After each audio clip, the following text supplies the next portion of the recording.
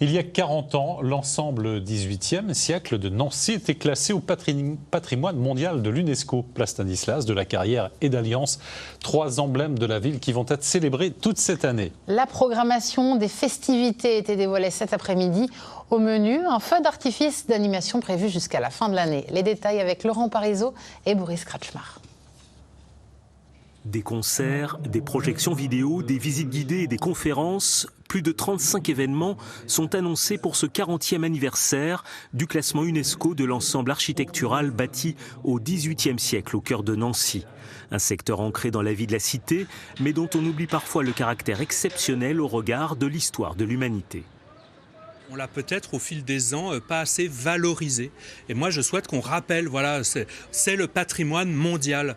Donc il appartient à tout le monde et on envoie vraiment un message au monde en remettant en place ces célébrations-là. Mais bien évidemment, au-delà de l'année 2023, on entretiendra en quelque sorte la flamme de cette célébration-là.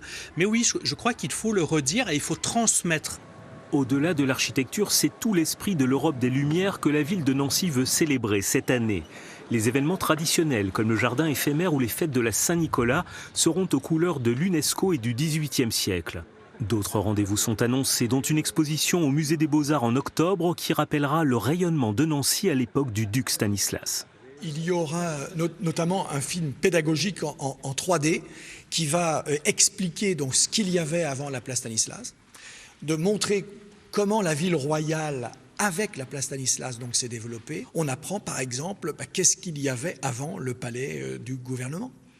Pourquoi il y avait une place et on ne le savait pas, etc., etc. On tire le fil et on apprend plein de choses grâce donc à ce film.